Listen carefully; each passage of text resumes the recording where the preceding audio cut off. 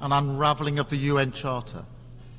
And I fear that a sense of fatalism has taken hold. But our task is to say, no, we won't accept this slide into greater and greater conflict, instability and injustice. This starts with addressing the rising tide of conflict and preventing a regional war in the Middle East. I call on Israel and Hezbollah, stop the violence, step back from the brink. We need to see an immediate ceasefire. This is intimately linked with the situation in Gaza, where again we need to see an immediate ceasefire. It shames us all that the suffering in Gaza continues to grow. The answer is diplomacy. I request protocol to escort His Excellency and invite him to address the Assembly.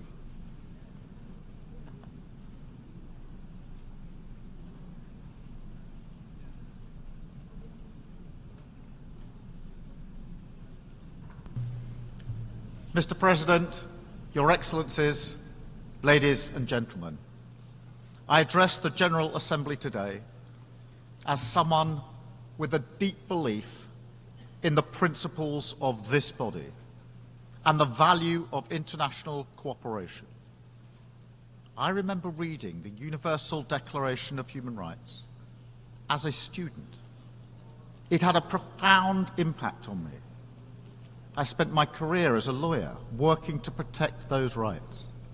And the Declaration still inspires me now as Prime Minister, because it speaks about our inherent dignity, the very essence of what it is to be human, of equal and inalienable rights, based on a foundation of freedom, justice, and peace in the world. Yet as we meet here today, that can feel like a distant hope. Conflict touches more countries now than at any time in the history of this Assembly. Around the world, more fires are breaking out and burning with ever greater intensity, exacting a terrible toll.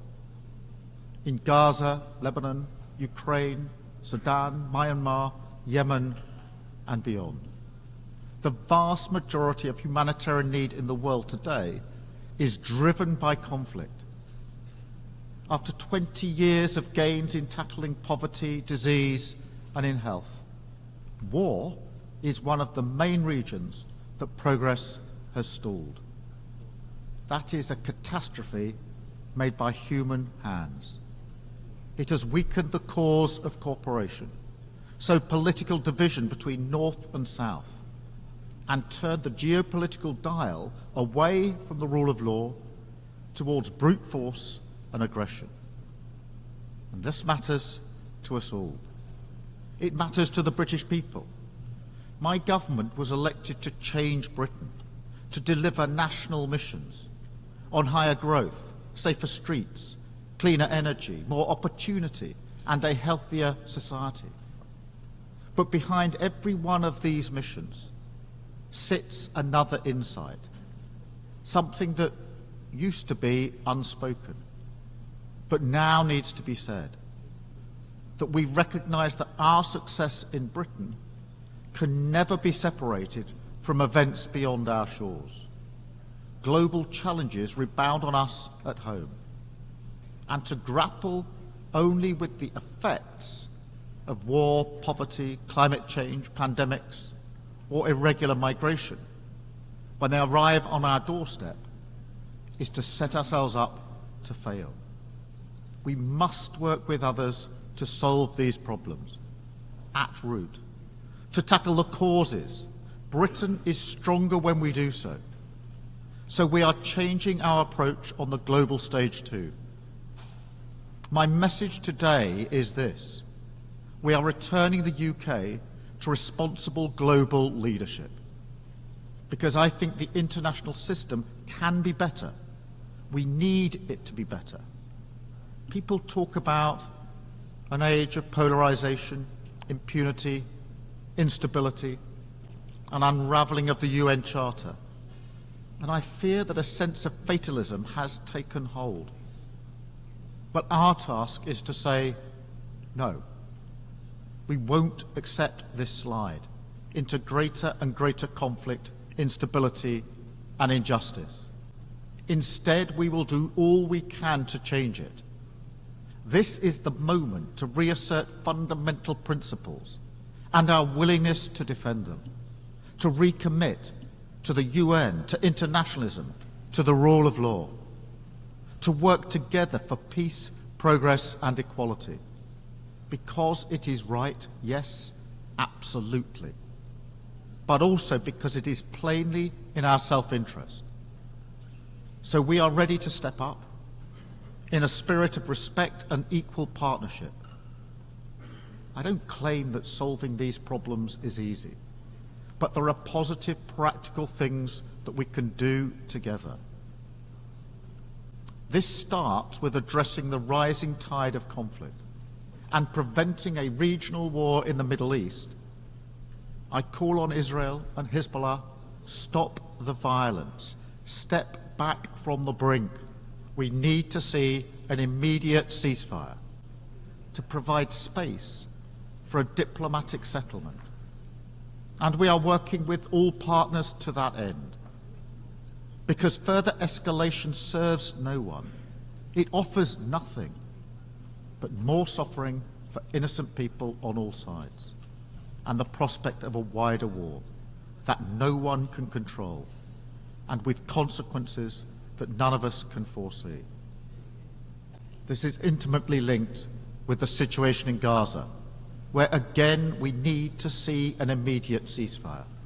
It shames us all that the suffering in Gaza continues to grow. The answer is diplomacy, the release of all the hostages and the unfettered flow of aid to those in need. That is the only way to break this devastating cycle of violence and begin the journey towards a political solution for the long term, which delivers the long-promised Palestinian state alongside a safe and secure Israel. We must also work together for peace in Sudan and a proper response to the worst humanitarian crisis in the world today. We need to see greater action to deliver aid and to deliver peace. The world cannot look away, and we must stand up for international law. And that's why we are so resolute in our support for Ukraine. They are exercising their right to self-defense as provided for under the UN Charter and recognised by 141 members of this Assembly. We will stand with Ukraine for as long as it takes, because the alternative would be to confirm the worst claims about this place, that international law is merely a paper tiger and that aggressors can do what they will.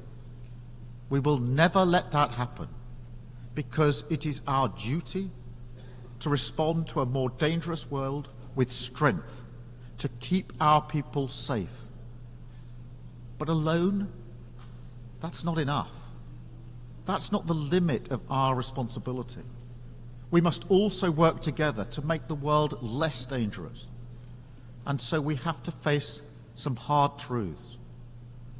The institutions of peace are struggling, underfunded, under pressure, and over-politicised. The entire framework of arms control and counter-proliferation, painstakingly constructed after decades, has begun to fall away.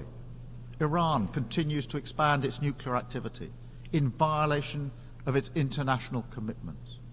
Incredible new technologies like AI are being deployed for military use without agreed rules. These are difficult challenges to grip and too urgent to ignore. That's why the new pact for the future is so important. We must put new energy and creativity into conflict resolution and conflict prevention, reverse the trend towards ever greater violence, make the institutions of peace fit for purpose, and hold members to their commitments under the UN Charter. But again, reducing conflict is not the limit of our responsibility.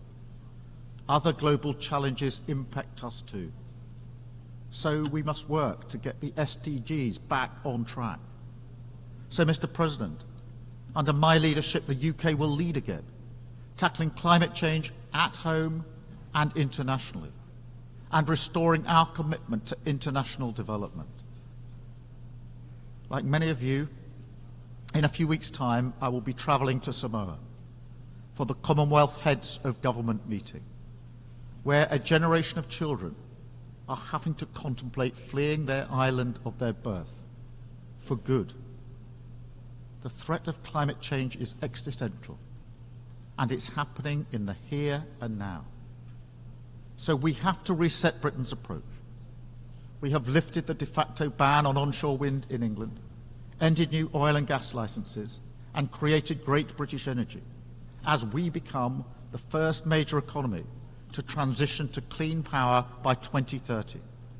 And I'm pleased to tell you that, yes, we will meet our net zero target, backed up with an ambitious NDC at COP29, consistent with limiting warming to 1.5 degrees. And we'll support others to do the same.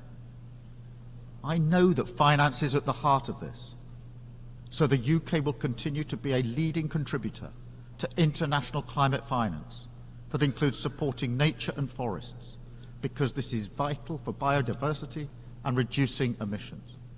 And it includes funding for climate adaptation, because those who did not cause this crisis should not be left to cope with the consequences.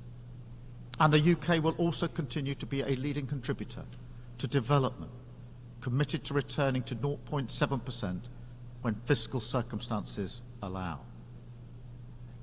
But let's be frank, public finance will never fully meet the needs, so we must use it as a multiplier to unlock much greater levels of private investment, and we have already started this work.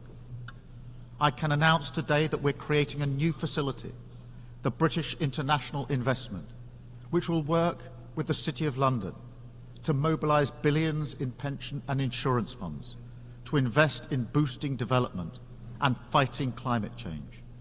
This is a great British innovation, and if we're going to deliver in each of the areas I've talked about today, with all the benefits that we'll bring, then this is the kind of approach that we need to take, innovating, thinking differently, moving faster, and being ready to change how we do things in three key areas. First, we must change the international financial system to deliver a fairer deal for developing countries. We will use our seat on the boards of the IMF and the World Bank to argue for a bolder approach to tackle unsustainable debt, which is compounding poverty and inequality, depriving the sick of healthcare and children of education. We must tackle the barriers to investment, which choke off the flow of private finance. And we must put a price on the true cost of emissions through a new levy on global shipping, with the proceeds going to tackle climate change and cut emissions even further. Crucially, we need to accelerate reform of the multilateral development banks so that they shoulder more risk, unlocking hundreds of billions more to help the poorest and build a low-carbon global economy. A critical milestone in the fight against poverty is approaching, with the replenishment of the International Development Association. This is the chance for everyone to show greater ambition, so the IDA can be a bigger and better, helping more people, especially those in fragile states and conflict zones. On that basis, we will be ambitious too. We will increase our pledge and play our part in seizing the potential of this moment. Second, if we want the system to deliver for the poorest and most vulnerable, then their voices must be heard. We need to make the system more representative and more responsive to those who need it most. So we will make the case, not just for fairer outcomes, but fairer representation in how we reach them. And this also applies to the Security Council, It has to change to become a more representative body, willing to act, not paralysed by politics. We want to see permanent African representation on the Council. Brazil, India, Japan and Germany as permanent members, and more seats for elected members as well. Finally, to support this, we will also change how the UK does things, moving from the paternalism of the past towards partnership for the future. Listening a lot more, speaking a bit less, offering game-changing British expertise, and working together in the spirit of equal respect. Joining the Paris Pact for People and Planet, pursuing a new global clean power allowance, standing for the new term on the Human Rights Council, and joining forces to tackle the toughest challenges, like antimicrobial resistance, preparedness for the next pandemic, and outbreaks of deadly diseases like Mpox. We are ready to work with all UN members because the scale of the challenges we face demands it, and our prosperity and security depends on it. I say it again, all this matters to Britain. Mr. President, by tackling conflict, making progress in the fight against climate change and poverty, and reforming the international system so that it's fit for the 21st century, we can realise the hope and the promise that shine through the founding documents of this organisation. Together, in all our interests, we can change direction from the dangerous, destructive path we find ourselves on and turn instead towards the rule of law, towards cooperation, responsibility and progress, towards peace. Thank you. Thank you.